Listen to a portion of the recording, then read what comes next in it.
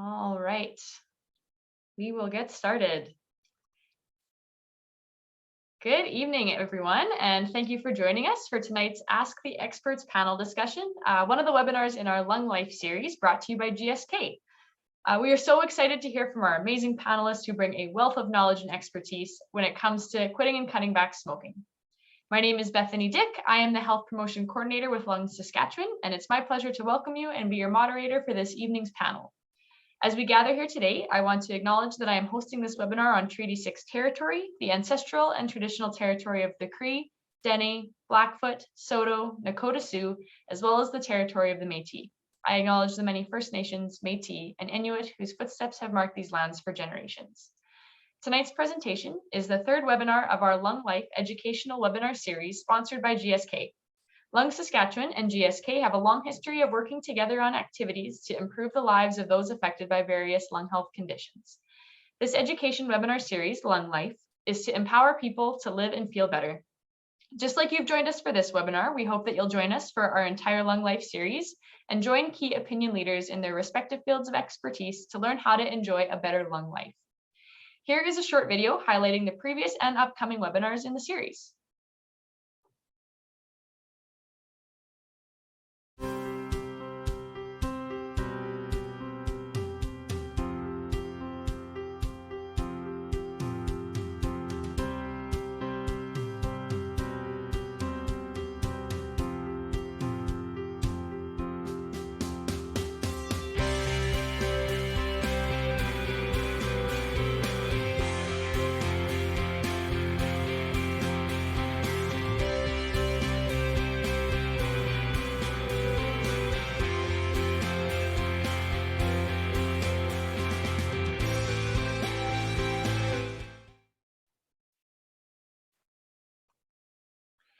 Tonight's panel discussion and the other webinars in the Lung Life series would not have been possible without GSK, a science-led global healthcare company with a special purpose to help people do more, feel better, and live longer. I'm pleased to welcome Marie-Claude from GSK to bring greetings. Good evening. Thank you, Bethany. My name is Marie-Claude Desaulniers, and I am the Patient Engagement Manager at GSK. GSK is very proud to support this Lung Life webinar series for people living with lung disease and their loved ones. You know that our mission is to help people do more, feel better, and live longer, healthier, of course. So thank you for being here tonight for this session. Ask the expert, is it your time to quit smoking? But don't quit on your own well-being and your own health. So back to you, Bethany. Have a nice evening. Thank you. LungSask offers a variety of online support groups which inspire many of our educational opportunities, like webinars such as these. Our support groups include asthma, COPD, pulmonary fibrosis, COVID-19, lung cancer, lung transplant, sleep apnea, and the Saskatchewan Quits Smoking Cessation Support Group. Our Saskatchewan Quits Support Group consists of individuals across Saskatchewan that are at various stages of their quitting journey. Whether you're thinking about quitting, you're in the process of cutting back, or you've already quit, or anywhere in between, we'd love to have you join us on Facebook at Saskatchewan Quits. Now is an excellent time to join the Saskatchewan Quits Facebook support group because we're excited to announce that we'll be launching the 2022 Sask Quits Personal Challenge on May 31st, which is World No Tobacco Day. Join the Facebook group and register at saskatchewanquits.ca now for the chance to win weekly prizes, access to free nicotine replacement therapy, and find a community of support for wherever you're at on your quit journey. If now is the time for you to quit or cut back smoking, please join us by registering at saskatchewanquits.ca. And please know that if you've participated in the challenge last year, we'd love to have you back again. Whether this is the first time you thought about quitting or the 100th time, quitting is a journey, and we'd love to have you join us for the Sask Quits Personal Challenge taking place from May 31st to June 30th. So tonight is all about the advice of our panelists when it comes to helping you on your journey to quitting or cutting back smoking.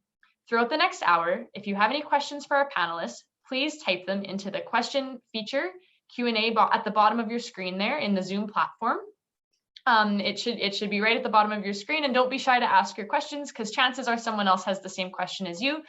You can ask your question to the whole panel or direct it to a specific panelist. Just indicate that in the question box. I now have the pleasure of introducing our panelists for this evening. I'll start with Dr. Erica Penz. Erica is an associate professor in the Division of Respirology, Critical Care, and Sleep Medicine at the University of Saskatchewan, and a program director for the Respirology Training Program. She has a particular interest in smoking cessation and the interaction of vaping and smoking among youth, and is a co-founder and co-facilitator of Youth for Change, an education and advocacy youth group aimed at protecting children and youth from the harms of vaping. Next, I'll introduce Corey. Corey Gambler works with the File Hills Qu'Appelle Tribal Council, which is situated on Treaty 4 territory. For the first 10 years with the Tribal Council, he worked at a treatment center for First Nations youth who have had addictions affect their lives. Now, for the past 4 years, he's worked with FHQ Health Services, which provides services to 11 First Nations communities. Since being at FHQ Health Services, he's been in charge of running a tobacco cessation program. The program looks at helping people cut down or quit smoking by use of NRTs, quit smoking challenges, and also with cultural teachings from elders in the communities. Next, I'll introduce Dr. Jeff Taylor. Dr. Taylor is a pharmacist and academic with interest in over-the-counter medicines and minor ailments at the community pharmacy level. Dr. Taylor has 30 years of experience teaching about such situations, including how to quit smoking. He started a community pharmacy smoking cessation program several years before the provincial pharmacy program came into existence. And last but not least, I'll introduce Dale. Dale Roach is an ambassador for Lung Saskatchewan. After smoking for many years and after many attempts to quit, success was finally achieved. Dale knows firsthand how difficult quitting can be and can definitely lend his experience to this panel and help people who are on their journey as well. So I am so delighted to have the four of you here today. Let's get to it. So we did have quite a few questions come in as people were registering, which is really exciting. So I'll definitely start with some of those. But as I said, if you have any questions, please feel free to use that Q&A box at the bottom and ask our panelists some questions, and I'll try to get through as many as I can. So I'm going to start with a question that I'm going to just pose to everybody. And as always, this is kind of informal. If there is a direct question for a panelist, I can call that person by name. But otherwise, I'm just going to open it to the panelists because we have such a wealth of perspectives here and I want to hear from everybody. So this first question that came in from one of the people who registered is, how can I support a loved one who smokes? And I know there's lots of ways to do this. So I'm excited to hear from our panelists, and whoever would like to go first can have the floor.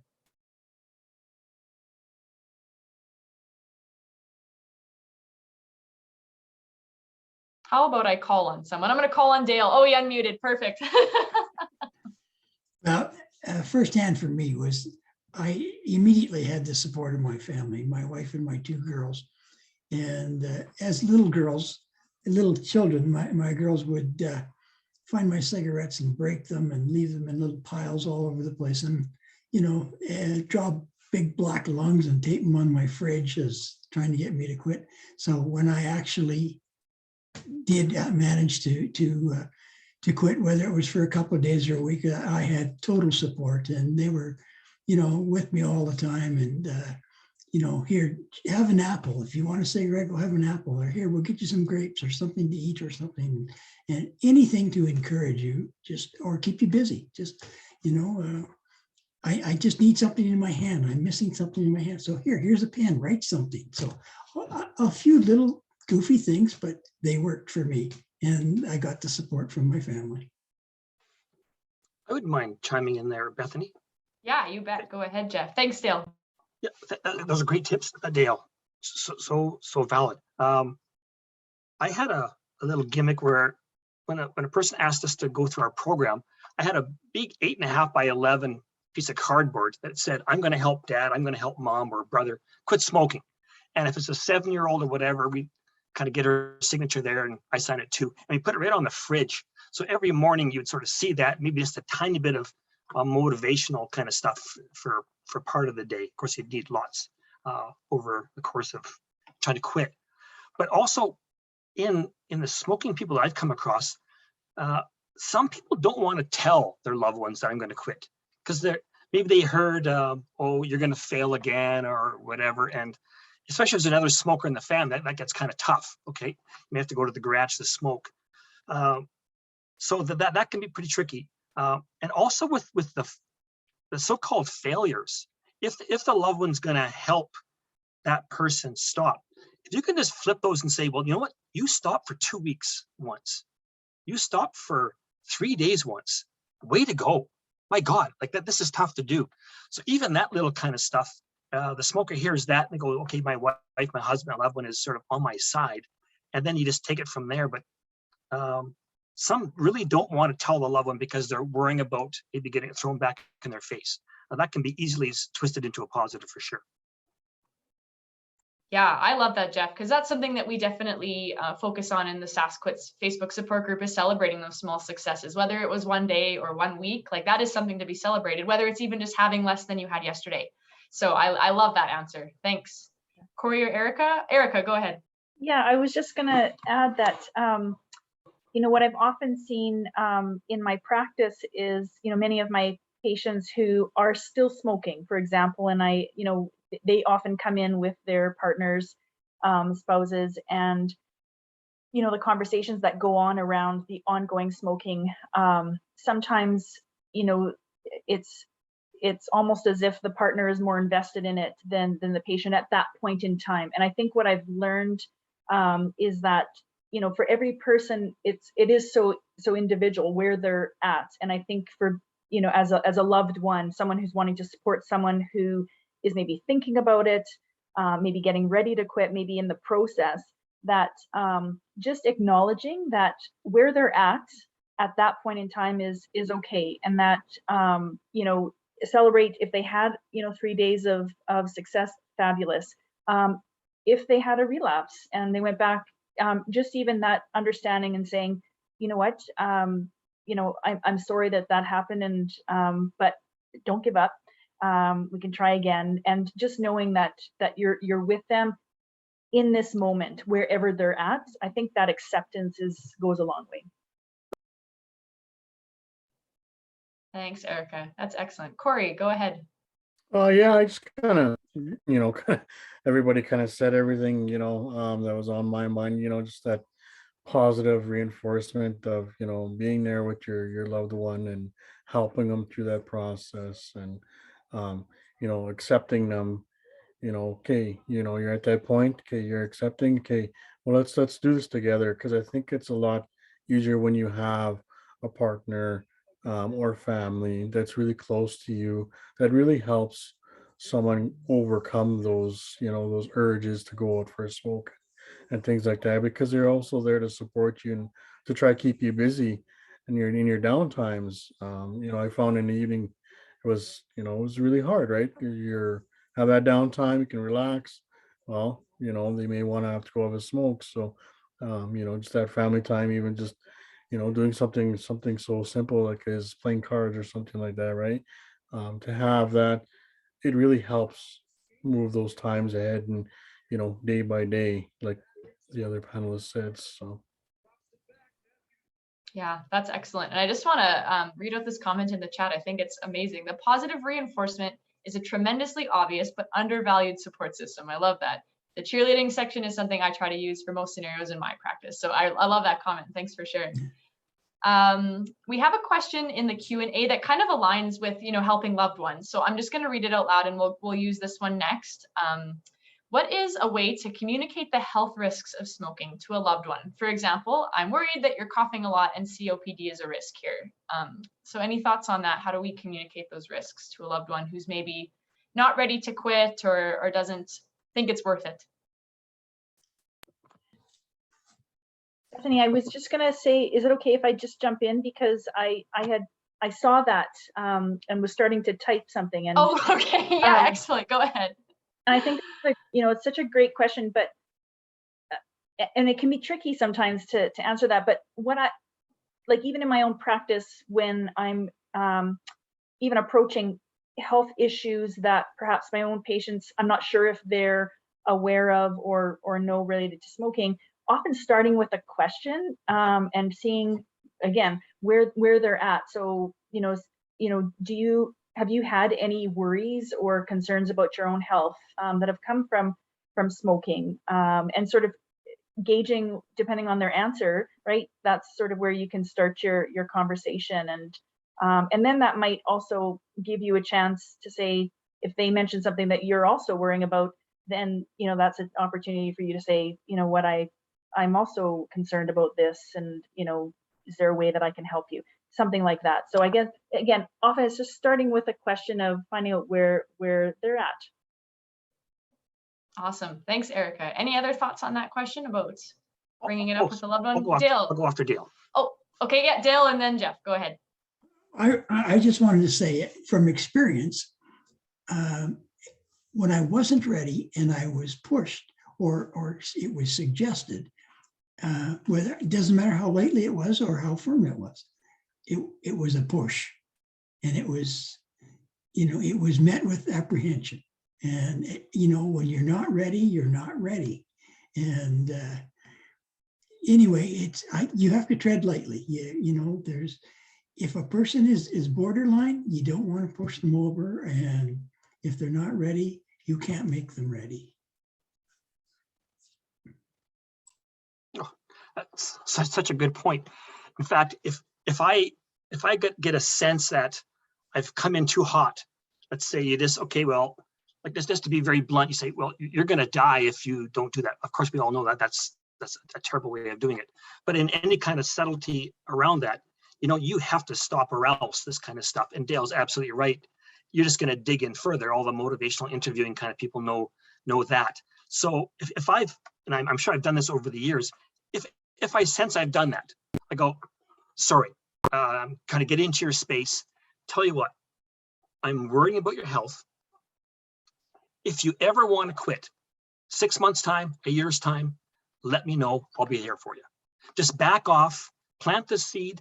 And if someone else gets the credit, 6 months later, a year later, they stop, and that's awesome. We just planted just a tiny little thing, but you can't go in too hard, obviously, or you're going to get that digging in concept that Dale mentioned. Yeah, a very good point. Yeah. For what I've done in the past, I've sat with people that have smoked, and they're like, they would say, they make comments and stuff like that. Oh, my chest feels a little bit tight today, or my breathing is kind of wheezy today, and I would sit there and I would just, like, we go back to the motivation interviewing, is just asking those information questions, right? Well, what do you think that's from? Just kind of just not poking too much at it, just pushing a little bit. Hey, well, what do you think it's from? And then let them come up with that, that answer, and then start paving that way moving forward. Well, do you think, maybe we can do something to try help with that? Maybe let's go for a walk, or do something, and try open up those doors, because sometimes when people are in those situations, they don't have no doors that are open for themselves, and sometimes they need people beside them that are going to support them to maybe open up one door, even just a little crack, for them to see, okay, oh, that is an option for me to go down. I can maybe try that out. So within addictions, there's a lot of people, they don't see that. They don't see other avenues. They just see one way, right? So smoking isn't a type of addiction, right? So just opening that door a little bit for them, it kind of helps them. Okay, well, let's try move through this way and see if this works, see if this helps. Yeah, awesome. Thank you. One of the other questions that we got from people who had registered kind of prior to tonight was, and I'm really looking forward to hearing your answer on this one, because especially with everything going on in the world, I think this one is really relevant, but I think it's always relevant when people are trying to quit or cut back smoking. But why do some people who are trying to quit experience anxiety and or depression? And like I said, I think this is really relevant now there's a lot of things in our world that are kind of weighing heavy on us, but I think that this is always a factor when quitting. So again, I'll kind of open the floor if anyone wants to speak to that piece about when you're trying to quit, why do some people experience anxiety or depression? I'll start, Bethany. It's like anything, again, I'm only speaking to what I know from myself or what I've been told directly, but smoking is a comfort. You finish a meal, you finish a job, you need a break, it's a comfort. And it becomes a habit or an addiction, as Corey said. And, when you break that comfort, you have to replace that with something, or then, you get the anxiety and the depression. But, you can't just quit and leave a void. There has to be something to take that place. And whether it's exercise or going for a walk or sitting down with your spouse or your children and just having a conversation about anything, get your mind off it. If it's 1 minute or 2 minutes or 5 minutes, and then after 5 minutes, I found the desire, the immediate impact that I had to have a cigarette, it would fade after that 5 minutes, and it might get me for another half an hour. And then you would try something else, but you have to substitute something. And there's go have a snack, go sit down and play with a dog, anything to get your mind off it. Thanks, Dale. Yeah, go ahead, Erica. I think Dale's really described that beautifully. If I were to try and even explain it from a physiologic point of view, I'm going to try my best right now, but it's just how he described it makes such perfect sense, but it actually, there's a physiologic explanation to it as well.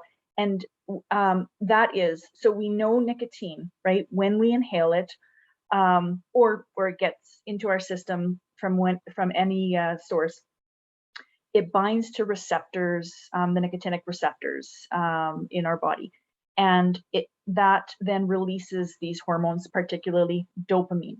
So, and dopamine we know is a pleasure hormone. And so when someone is smoking, that's often the immediate sort of binding of those receptors and release of dopamine actually does release a bit of euphoria and pleasure for individuals. And that's why, when you are feeling stressed and you go for that cigarette and you have it, you're like, oh, I feel relaxed. What happens though over time is that those receptors that are bound by nicotine, it only stays on there for so long and it comes off. So whether or not you're trying to quit, okay, permanently, or let's just say a few hours go by in the day and you've not had your cigarette and you're used to having one, you will get those symptoms of withdrawal. And withdrawal is basically the absence of dopamine, and it creates some anxiety. It can affect your mood. It can make you feel not well. And so that is one of the things that can drive people to want to have more. So you get that just in the long run, it is associated with worsening anxiety, but it's even exacerbated when we try to quit. Particularly cold turkey, but even with some replacements. So anticipating that is really important. And I 100%, so thinking about other things that bring you pleasure. So for example, exercise actually releases physiologically dopamine. So that's why some people feel great after. And the same with some food. So sometimes we replace with food. Being around someone you love, or an animal, for example, can also release dopamine. So absolutely, this replacement of something that's good pleasure, it will actually help you in managing those symptoms and that true withdrawal from nicotine. Awesome. Thanks. Jeff, go ahead. Yeah, just a slight on those were great comments. And for the anxiety and the depression, like a smoker might just go up to the plate and go, okay, you're asking me to quit, and that's 30 years. I have to quit for 30 years. My God, what a chunk of modifications to your life. That's daunting. Well, how about 3 days, or even like Erica's getting at as far as the physiology? I think every nicotine fit lasts 3 minutes. So if you can get by those 3 minutes, they're definitely going to come back in spades. But if you can get by 3 minutes, even delaying it 5 minutes for that smoking, it's delaying lighting up, then you've now become a bit more of the boss of your habit. Just a tiny little dent in it.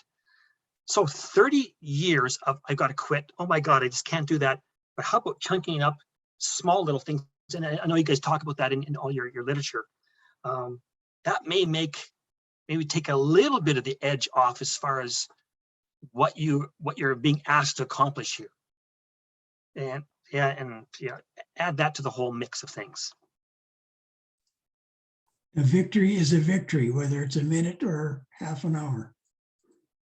For sure. Yeah, those small successes. That's awesome. Corey, anything to add? I think, well, once again, I think everybody pretty much said it all, like, um, that Jeff talked about the 3 minutes, three to, and that's what even as a smoker and trying to get through those withdrawals, it seems like a lifetime, right? It seems like it's forever and it drags. The one thing that I really helped me is getting through that is exercise, going to the gym. At the time when I was smoking and I was trying to quit, I was fortunate to have a full size gym where I worked, so I could go in there and I can go and run and do laps and shoot, hoops, basketball. So for me, those 3 minutes seemed like it was like 30 seconds because you're in there and you're busy, right?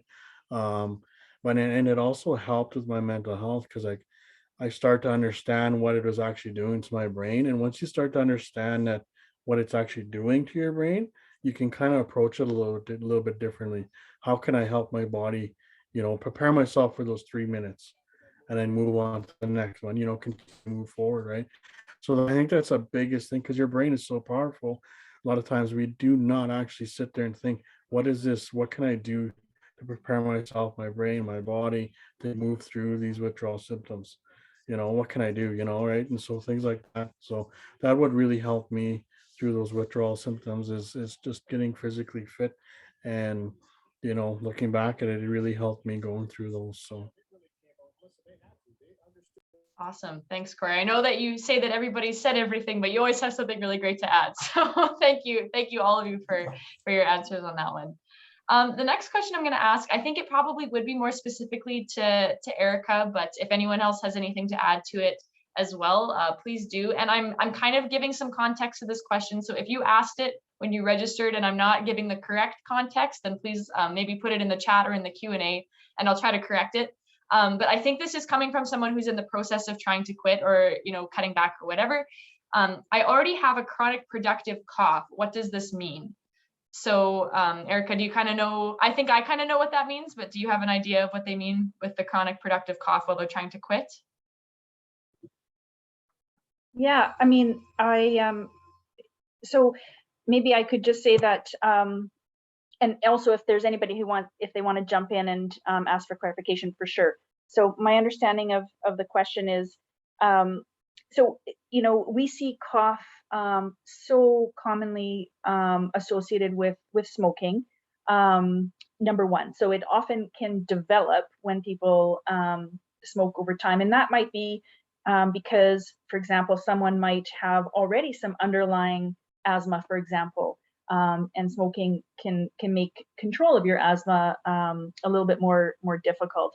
Some people, even without underlying airways disease or other things, with smoking, the thousands of chemicals that we're burning and inhaling cause basically damage at the airways and the lining, the epithelium of our airways, and that creates more mucus production and irritation, and that leads to that cough reflex and why people cough. When people quit, it's not uncommon for my patients to tell me my cough worsened, for a period of time, and for some people, very long time, and that's also not surprising because the effects, the inflammation that has come about from smoking over time is still there. It will take time to settle. The only way for the lungs to really get rid of sort of some harms and the inflammation that they're being exposed to is to cough. So they're really doing the right thing. So I don't necessarily, that's not unexpected. I'm never surprised when somebody tells me that. I actually expect that might be worse for a period of time. Of course, if a cough never goes away, then especially if you are an adult and, as we age, I would always recommend that, one would have that investigated with even some basic things, which might be a chest x-ray, for example, or perhaps even some lung function testing. I hope I partially answered that. That's where my brain was going as well, like the cough getting worse when you quit and it's kind of expelling those things. And as I suspected Jen would, she put in the chat about cilia. She loves cilia. That nicotine actually paralyzes your cilia. And so when you are not taking in the nicotine anymore, they're waking up and they're working and coughing that stuff out. So I suspected that she would chime in with that, and I'm glad that she did. Dale, I saw your hand was up there for a second. Do you want to go ahead? Yeah. I just wanted to make one comment. Both Erica and Corey have stated already today that everybody's in a different place. And as Erica said, not everyone is going to cough for a long period of time. I smoked for 40 years and I was coughing badly at the end. And within, I would say probably 3 months, my cough had dissipated almost completely, which was extremely pleasing to me and everyone else. But yeah, everybody's in a different place. Not everybody's going to cough forever. And although some people will, but I just wanted to kind of throw that out there so that, you know, there's a little bit of a light at the end of the tunnel. But anyway, thank you. Awesome. Thanks, Dale. Jeff or Corey, anything to add to that question about coughing or no? Okay. Awesome. All right. We had a question come in through the chat actually that it's interesting because we were kind of talking about this a little bit before the webinar actually started. But brain health and quality of life are great motivators, but I've also found breaking down the black and white financial cost to the user for tobacco is sometimes enlightening. What are your thoughts on that? So yeah, like I said, we were kind of chatting about this a little bit before. So whoever would like to maybe to open this one up about, yeah, like the finances and that kind of being a shock to some people.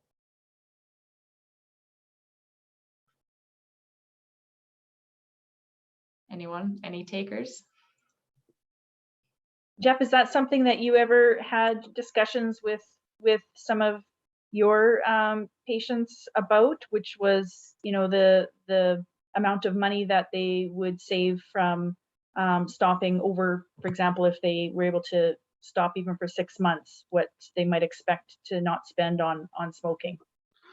For sure. And that question was posed by a dear friend of mine who's out in the real world. So he would see a lot of that. So yeah, you see both. Like I used a cost calculator. Okay, so here's what it's going to cost you in 6 months to smoke. Here's what it's going to cost you 6 months for Champix or whatever, or NRT. And then you just scroll that out and oh my God, just the discrepancy is just earth shattering. And you would think that would be almost self-apparent.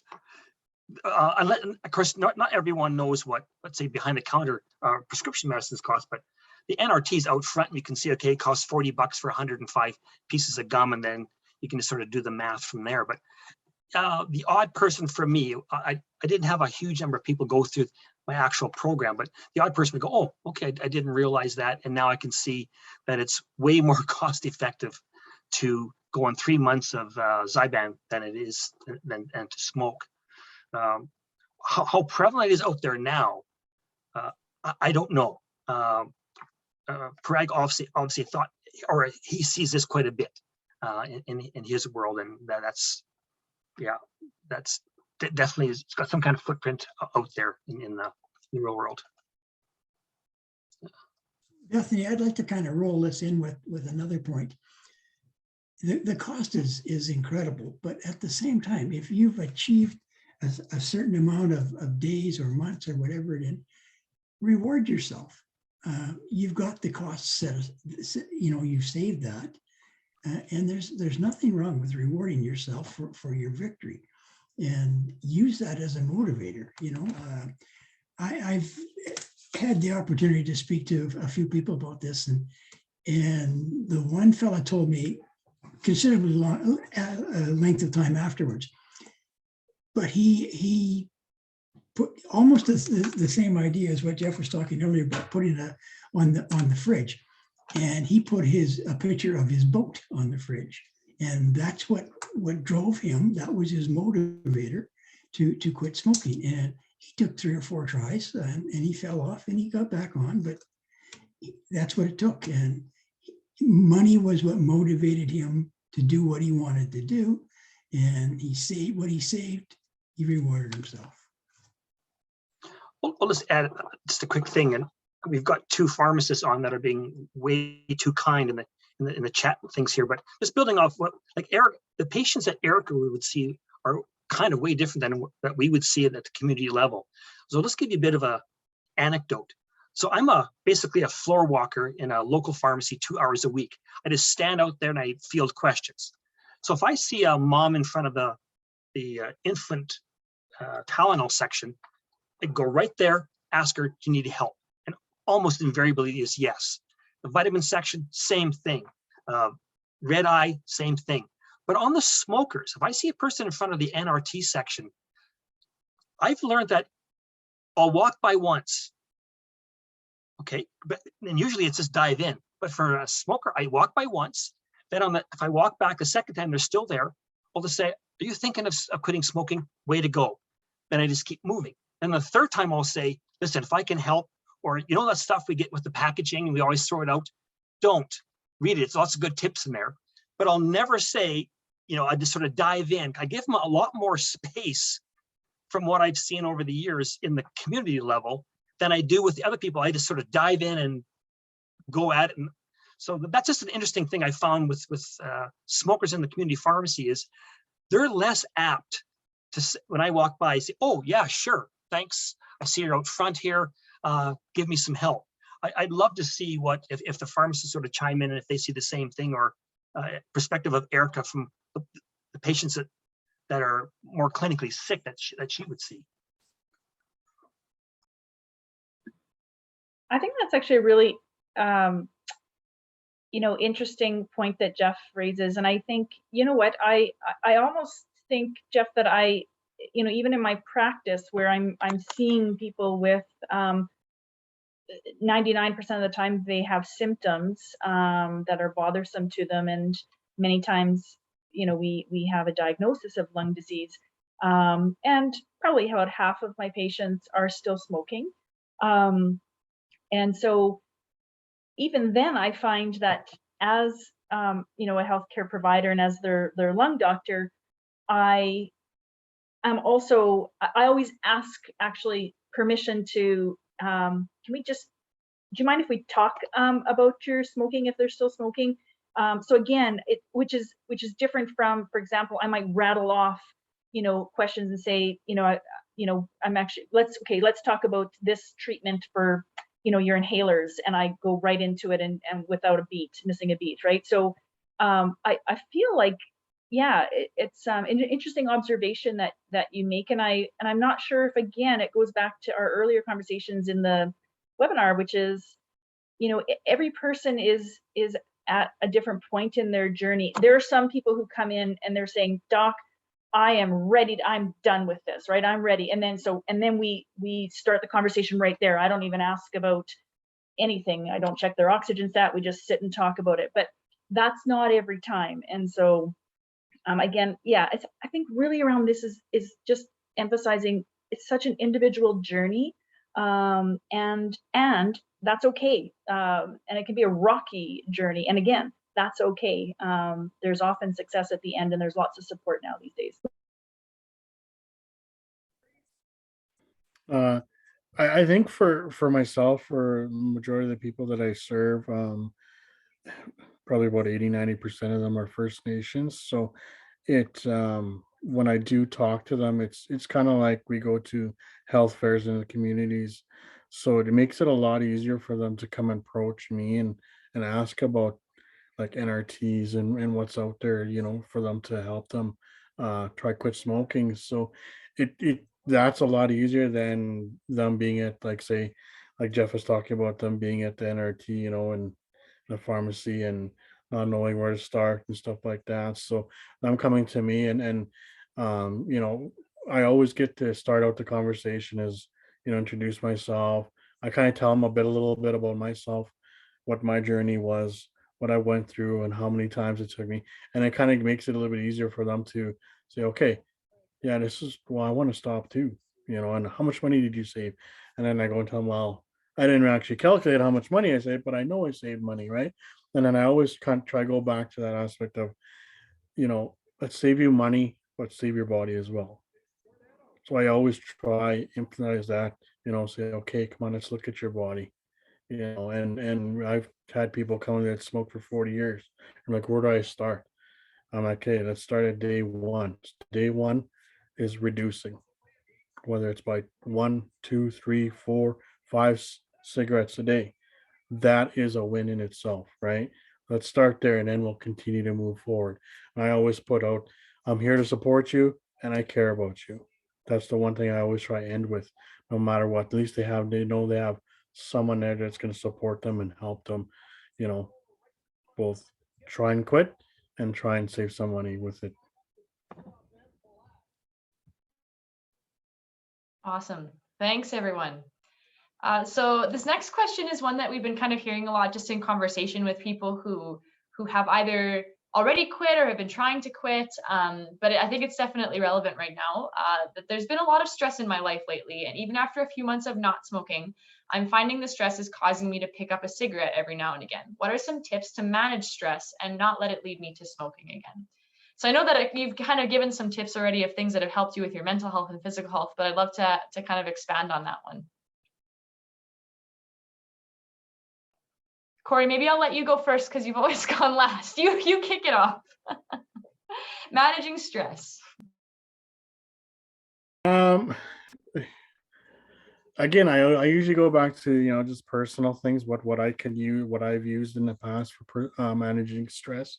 Right now, we're going through COVID and everything like that, and that alone is pushing our stress levels through the roof, right? So, for the people that I talk to, as I always try to go back to our culture, go back to our ceremonies and stuff like that, because in everything that's our roots. That's where our roots are. And once I start talking about going to ceremonies and like, just for example, I've mentioned this before, going into a sweat, just going in there and coming out of there, you feel like nothing. I cannot explain the feeling when you get out of there, but that's one way, like, I from time to time, is manage my stress.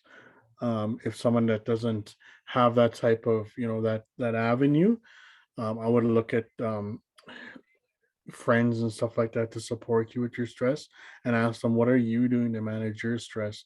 Get ideas, because sometimes when you're outside and you don't know how to manage that stress, it's easy as just asking someone that you're not familiar with, even, and getting, what do they do, to manage that stress, and it may give you a fresh idea, a different perspective on something.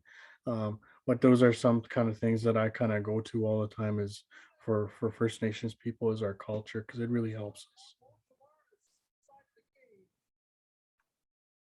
Yeah, that's excellent. Thanks, Corey.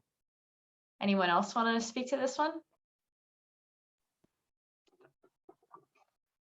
Oh, yeah. Erica's gonna chime in there. But what I don't do is this, Bethany, is when I first started to the area, we'd all read about our, the stuff that's out there as far as little tips. And stress is obviously so complex. At the micro level, okay, we used to get leaflets from the smoking cessation companies that say, okay, try carrot sticks, try fiddling with a toothpick, that kind of stuff.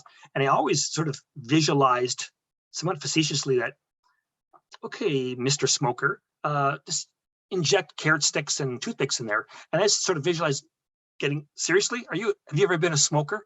Carrot sticks? Come on. So what I don't do is start offering up little gadgets like that. What I'll say to a smoker is, what seems to have helped in a small way as far as stress? And they go, well, I just don't know. What have you got? And I go, well, and I sort of hold off as much as I can just to get the patient sort of give me anything to work with, and we'll just sort of try to expand on that. If they have nothing, then I'll take a standard list out of a Champix thing or an NRT brochure and say, okay, well, here's some of the options. But I just try my best not to give those out until you give the patient a good chance at something that they've seen in the past that seems to help a little bit, before I start mentioning, carrot sticks and toothpicks and that kind of stuff. So I hold back on that. And I was just going to say, I mean, I feel like Jeff's right. I mean, stress is so complex, but it is absolutely in everybody's life. And so whether, when we are, or you are trying to quit smoking, that stress may trigger that, that response that, you've learned, right, and trained yourself for so many years to do when you have felt stress, is to go back and have a cigarette. And so number one, I think, is just a knowing that that is going to happen for you. And so when it does happen, then labeling it, saying, for me, I've had, so you know, I'm not a smoker, and I never was, so I didn't go through that personal journey. But with other things where I've been struggling and how to better manage my stress, you know, I just even saying it out loud to myself, or if I happen to be with, in this case, my husband is one of my support systems, but where I say out loud, I'm feeling really stressed right now, and I'm wanting to eat the hot fudge sundae, which was a big habit of mine for a long time, and it got to be an issue. So, anyways, that was for me, and I don't mean to trivialize it compared with smoking, but labeling it and saying it out loud, and even just in the mirror, I'm feeling stressed, and so then at least I can acknowledge it. And if I have thought about some things that have helped me, for me, in these later years, it's been breathing. So, and some time alone. That's, for me, helps. And if I can get outside and have the time, I will exercise, because that, again, similar to Corey's experience, has been an amazing way for me to manage my stress. Last thought, just remembering sort of dumb stories along the way. Like, it's such an unfair fight. Like, smoking against stress. Like, who's going to win that? Smoke is going to win all the time, because, just as Dale said, it's just the perfect beast. When you're up, it kind of relaxes you. When you're down, it kind of picks you up. Man, is there a better tool than addiction than there is there? I don't know of one. So what I tried a couple times over the years is, let's take a little bit of that stress stuff and just throw it back on the smoking side of the fence. So I had a friend who wanted to quit smoking. So after supper, the behavior is going to be, okay, finish supper, you feel great, you had dessert. Now you go to your favorite chair, you light up your favorite cigarette, and you smoke for 5 minutes, and it's just awesome. It's just a perfect end to a day. Okay, let's make it a bit more of an unfair fight. You're going to sit in your wife's chair now. Ugh, not a big fan of that. Also, when you buy your next pack of smokes, buy menthol ones, or ones you actually don't like. And so all of a sudden is a little bit more stress on this smoking habit. It's not as fun as it used to be. It's just a tiny little dent in the whole equation there. So I tried, it didn't work. He's still a smoker, but I just thought, can we add a little bit of the angst onto the smoking side to make it a tiny bit more of a fair fight? Again, but it didn't work, but I gave it a try. Getting back to the question, like it said, they basically have already quit, and I'm a fan of borrowing from a 12-step program where you've got somebody that in the wings that you can call when you're stressed out for whatever reason, that you've got a partner, a person somewhere that's not exactly beside you, but somebody you can call. And preferably it's somebody that's got experience with this, and they can help you through it, just so you're not doing it by yourself. Yeah, no, great answers. And I love what you said, Jeff, about it. It's an unfair fight, the smoking versus stress. And I really like Jen's comment in the chat here about, like, our language is contributing to kind of guilt and shame of people who smoke, but it's an addiction, and it's really hard. And the blame shouldn't be put on these people who are smoking. There's lots of people out there who are struggling with this addiction, and with the stress that's coming on right now, like, we should be, as Jen is saying, celebrating the successes, talking about what's working and providing support. And so I really like that point you brought up about it's kind of an unfair fight, and let's look at how we can support it. Yeah, really great comment. Another question in the Q&A here, generally speaking for medications. So Jeff, this one might be for you. Do you usually recommend trying NRTs first before trying prescription medications, such as Champix, Zyban, etc.? Most people have tried stuff before, right? It'd be kind of rare to get a person who's never done anything, even let's say cold turkey 6 or 7 times. So for me, it's almost just the next man up or the next person up. If you've tried NRT and for our constellation of reasons you don't want to do that, jump to Champix. If you try Champix and that you didn't like the nausea or whatever, and we can't work through that, go back to NRT. And so it's, I don't really have like that in my world. It was NRT first because we would have it accessible to us. But there's like Champix is still considered the best agent to try as far as success rates go. So that would be reasonable to be the first person to bat, is to give that a try first. So I don't really have a you must do or that you should do. Just get a little bit of the history. Now, before maybe dumping NRT, I would definitely ask, okay, how did you use it? Because we often underdose NRT. Pharmacists are quite risk averse, and we just got pounded by a couple of cases long ago where a patch or gum use led to MIs, and the nicotine got blamed for that. So we just sort of try to almost go under the amount, and that's not a good move. We've got to get that NRT to the right amount. But if they've tried one thing, let's try something else, and just keep moving on until we find something that works. But just keeping in mind that you may have to go back to something as long as they're willing to do it. Yeah, and I think that really speaks to just everybody's at a different stage and different things work for different people. And yeah, there isn't always really a right answer, but no, great response. Any other thoughts on that question from our panelists? Maybe I'll just jump in terms of, what we're sort of now advised in the guidelines around smoking cessation. So if you happen to have access to a clinician who can prescribe a medication for you, then so in my office, if I don't have any reasons why someone couldn't take any of the potential smoking cessation options available to them, what the guidelines tell me to do as a physician these days, and it has changed actually, is that we would always start with varenicline first. And actually what's really interesting and what's changed also over the last few years is when I was taught on how to help my patients to quit smoking, I was always taught first to assess where are they at in their journey and make an assessment of, that sort of where they're at with the stages of change.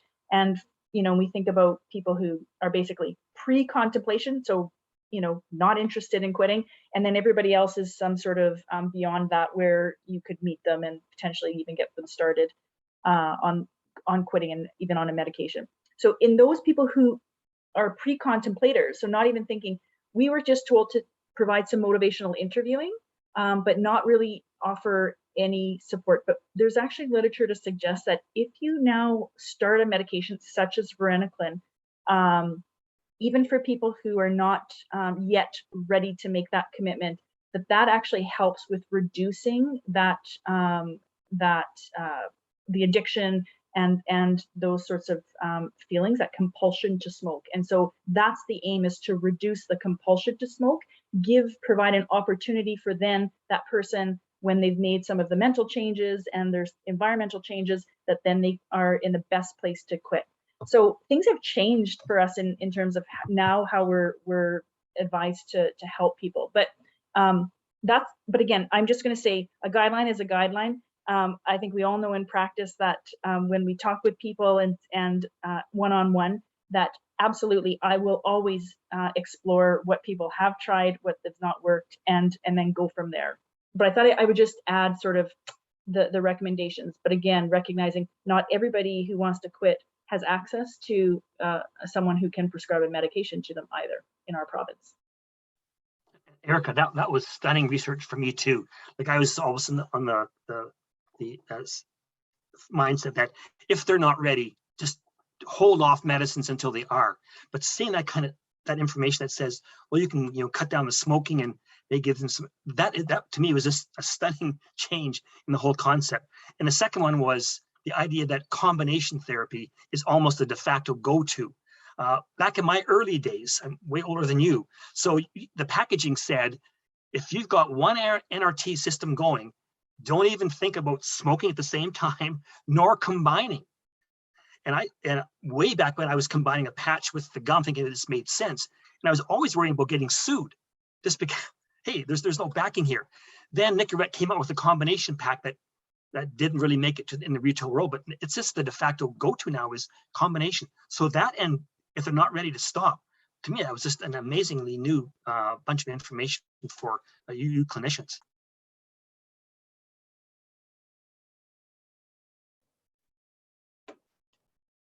I'm learning a lot here.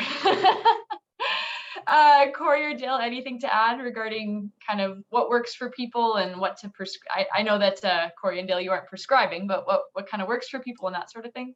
Well, Yeah, go ahead, Corey. Yeah, I'll just quickly go. I'll just make a quick comment.